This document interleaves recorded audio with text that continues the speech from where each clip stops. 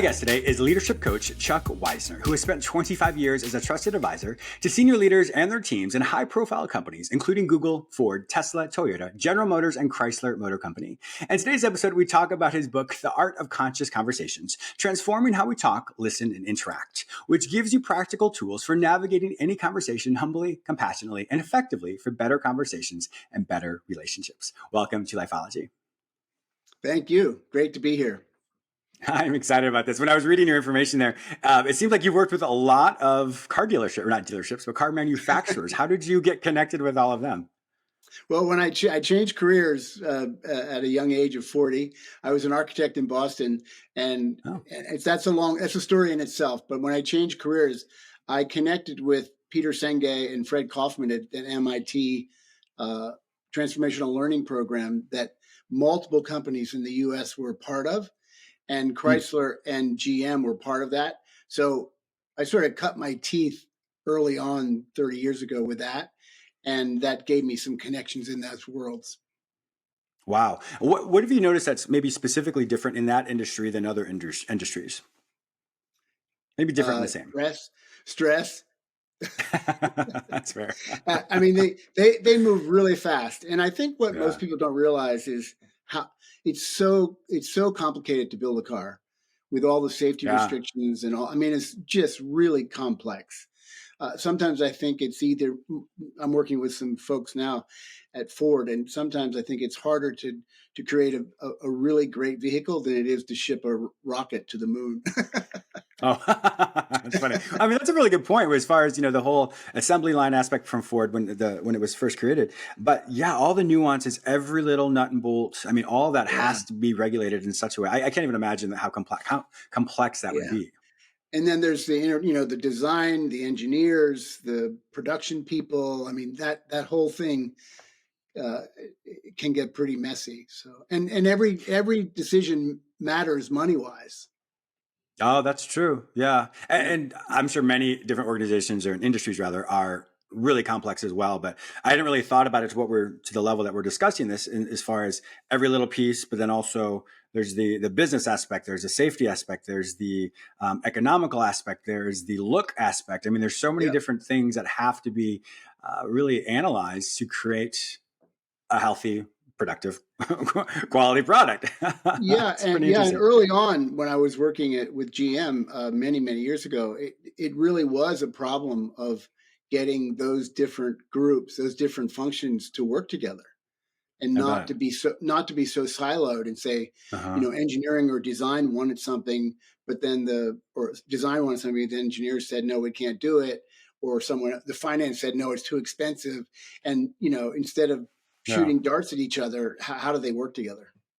Yeah, I remember my two of my uncles were foremen at the GM plant up in Michigan, and so they were telling me just a little bit when I was a kid. They would talk about it, but yeah, I was hearing all the different aspects of the changes that were made, and these were guys who grew up in the industry. They didn't go to school for it, and then all of a sudden they get these young whippersnappers that they would come in with their their degree and try and tell them what to do, and it was such an interesting dichotomy between the people who have done it for years, and of course the people who they have the quote scholarship or scholarly aspect, but not really the practical aspect. So I'm sure as well. I mean, I'm sure with what we're going to talk about in a minute, the art of conversations, I'm sure that's an element there that has to be really finagled and really be massaged in a healthy way to be able to get all sides to work together in a healthy way. Yeah. And it's not dissimilar to architecture where, I was trained as an architect and practiced in Boston for many years.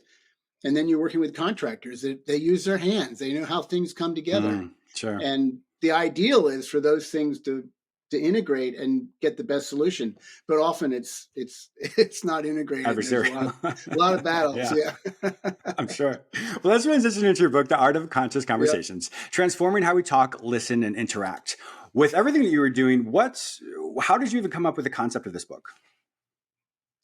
So over the last 20 years ago, I started having I had my own business, and I was working with clients in multiple areas. And often people would say, the things I'm learning, the things we're doing together, the things I'm doing to change my life, where's a book I can read? And it stuck with me because a lot of the things I studied, the ontology of language, which sounds all highfalutin, but some of this stuff is really esoteric and hard to Uh-huh. read. Linguists like Searle and Austin, they're great. Mm-hmm. They're hard to read. Very Most hard to read. people would read 10 pages and go, I've had enough. So, and it's good stuff, but it's not accessible. And then other parts of what I was doing was in a book, but it was a part. And I thought, how can I bring all these things together and make it practical and usable for people to understand conversations in a new way? Because if Mm-hmm. you understand them in a new way, you can engage in them within them in a new way. Oh, certainly. And so the idea of the book was, and the reason it ended up being 4 types of conversations, that became a structure that organized all these different ways of thinking about conversations and all the different tools that we can use.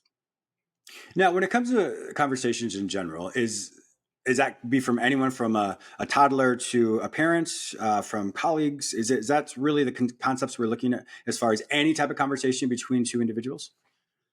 Yeah, the book has a lot of examples for business, but it has a lot Sure, of makes sense. home examples, non-business examples. Yeah, the common factor is us human beings in conversation, and no matter what domain, we are the common denominator. We're bringing into conversations Mm-hmm. our prejudices, our biases, our judgments, and all what I like to use the word the patterns, the conversational patterns we have. Okay. Because Sure. in most instances, we did not choose those patterns. We adopted them from our Okay. family. We adopted Okay. them from our Makes culture, sense. our education. And so I like using words pattern because it takes some of the judgment out of it. Because if Mm-hmm. I can say, oh, I have a pattern where when people say this to me, my reaction is X.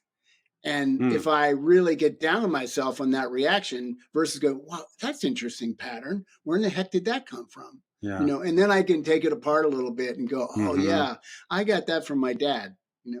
Dang.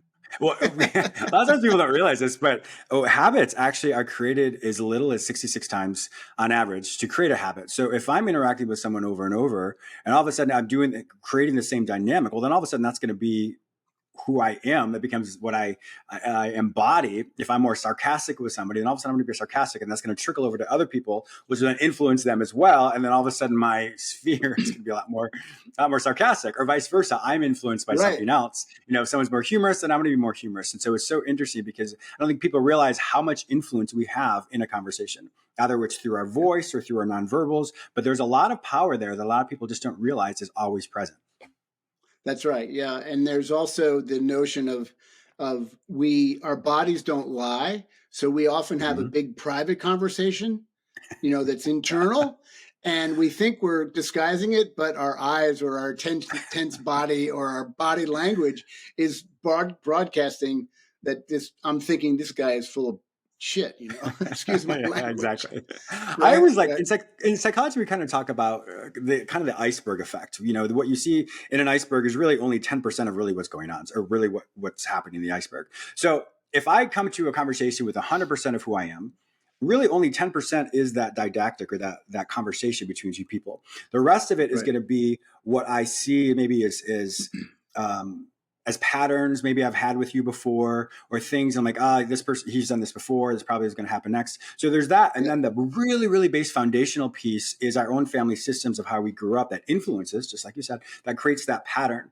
So what I'm presenting is just a 10%. Then this is the patterns I've seen in a conversation. And then the influence is going to be that bigger foundation of how I and do interact or respond with that. So a lot of those overreactions are going to be really from the foundational pieces of my core of what I was taught as a kid. Yeah, absolutely. And that's totally necessary because that's how we survive in the world, and that's how we make sense of the world. But one thing I talk about in the book is when we have a pattern that's not serving us well, that's either keeping us from doing what we could be doing, keeping us from finding happiness, or keeping us from being successful, then that pattern it's really worth exploring it. And because we can undo the one example in my book is I grew up with a grandfather telling me I wasn't a big enough man. because I didn't like Wow. to skin the deer, and I didn't like to do Mm. this, and I didn't. And my sisters cried, but when I cried, I wasn't a big enough man. And I was a kid. I heard those words, but those words went in, and Of they course they stuck. did. Yeah. Yes.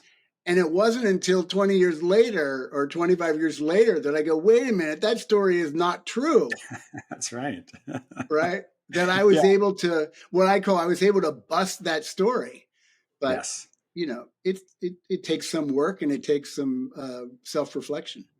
It certainly does. And I think that's a thing where often we don't realize how much something can influence us. And so it's like for you, you were able to realize 20 years later, like, wait a minute, something's wrong there. And I think that's one of the most important things is if we have that moment to catch whatever the self-talk is in the moment, like what we're telling ourselves, and say, wait, Yeah. is that true? What are the facts that actually prove that what I'm thinking is true? And if there aren't any facts, well, then more than likely it's not true. So I'm really glad to hear that you were able to do that. I'm sure a lot of people listening were like, oh, maybe I should analyze some of those thoughts that I have as well. Yeah. It's really, it's very helpful. And that the book is organized around 4 types of conversations: Uh-huh. storytelling, collaboration, creativity, and commitment conversations. And the storytelling is primary, and that's the beginning of the book, because Yeah. unless we are willing to look at our own, what we bring to a conversation, whether it's our beliefs and our prejudices, Mm-hmm. or our energy, or our psychology, or our psyche, if we aren't willing to look at what we're bringing, the chances of changing and learning to collaborate or better create with other people is really minimized. So with the storytelling aspect of it, that is just my world of how I see myself. What is it? Many people have said that I like each person um, is the star in their own movie, their own world movie. So for me, the storytelling aspect, how I would see that is, so James is the main character in the quote movie of his life, and so I'm the director, if you will. So everything comes through the scope of the lens of who I am, and so I've right. seen this is how the world is, this is how this person is, et cetera, based on my own belief system. Is that what you're basically saying for the storytelling aspect of conversation? Yes, a little broader, in that we have stories Mm-hmm. about ourselves, and we Okay. have stories about the world, Mm-hmm. or other people or events, Mm-hmm. right? And so stories, things that happen, events that happen that trigger us, are, we might have a story about that, but there's also, if we look carefully, that belongs to us, because there's an I internal see. story about why Mm-hmm. I'm reacting the way I'm doing, or why I'm Certainly. interpreting it, right? Certainly. And the shortcut I do in the book to help people sort of untangle this, because it gets pretty messy up here, Mm-hmm. and loud sometimes, right? So I say there's 4 archetypal components or questions that can help us. If we have a really strong judgment that's not serving us well, or is really hard on other people or a loved one, there's 4 archetypal components we can always look at. What's the desire underneath your opinion? Mm-hmm. Okay. What do you really want? Because Yeah. desires are wonderful. We can make goals, but they're often, we have desires that are unrealistic, that don't match Certainly. reality. Mm-hmm. And so that's a one piece of it. The second piece is, every time we have an opinion that's a strong opinion that we're grabbing onto, we have a concern about tomorrow. We have a future based concern, like, I don't want this to happen again, or will Mm-hmm. next week look worse than this week, and unpacking that's easy to get at, but we often don't talk about it. Yeah. Um, the third one is authority issues. So every conversation, whether it's Mm-hmm. with parents and children, boss and direct report, you and I mean, there's authority issues, like, whose voice do we give power to? Yeah. It's true. And that, even with our friends, one friend might say, "Oh, Chuck, you look great in that blue shirt." Another friend say, "Why would you wear that shirt on a podcast?" And maybe one of those people I'd sort of brush off and say, "Oh, I don't give his voice Yeah. much power." But the Yeah. other person, like, "Oh, maybe he's right about that. Maybe she's right about that." Mm. So authority is in every interaction we have, and Mm-hmm. it's often under an underbelly that we don't think about consciously. And Yeah. then the last one, I love the last one, it's standards. Like, every Okay. judgment we have is based on standards that we most likely didn't consciously choose. Would that be more from our families of origin? Our That taught us family those of standards? origin, our education, our culture, right? Okay. What is a good, sometimes I work with groups of women, and often I'll ask, I haven't done this for a while since the Me Too movement, but sometimes I'll ask, like, how many people, women in this room, when you leave the house in the morning, if the beds aren't made, you feel bad. You're a bad mom. Mm. And Yeah, usually that's fair. 75% of the room, 75% of the hands go up in the room. And it's no judgment on our part. I'm just saying, that's interesting. So where Yeah. did you adopt that? Was that your mother? Was that your auntie? Was that your grandmother? Yeah. And standards are everywhere. I mean, what's good, what's bad, what's right, what's wrong, our morals. And so just taking a look at them more consciously is really helpful. Because sometimes an Yes. argument can be diffused just by saying, oh, I see, you're looking at it from this angle. You think this is what Certainly. we should be doing. And I'm looking at it from this angle. That's a different conversation than fighting about the issue. Correct. In psychology, there's a famous theorist, his name was, or psychologist named Kohlberg. So Kohlberg has theories of morality, and so what that basically means is from the age of inception into 9 years old is really where we learn right from wrong.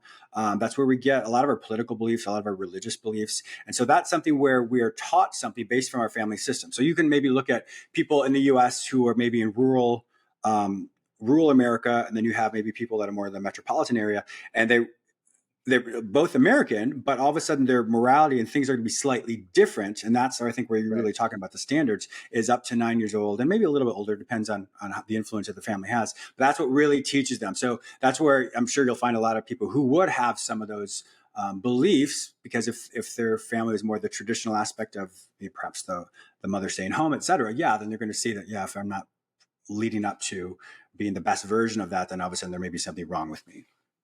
And back to my story about a big enough man. I don't have to blame my grandfather. He was talking about his standard of what it means to be a man.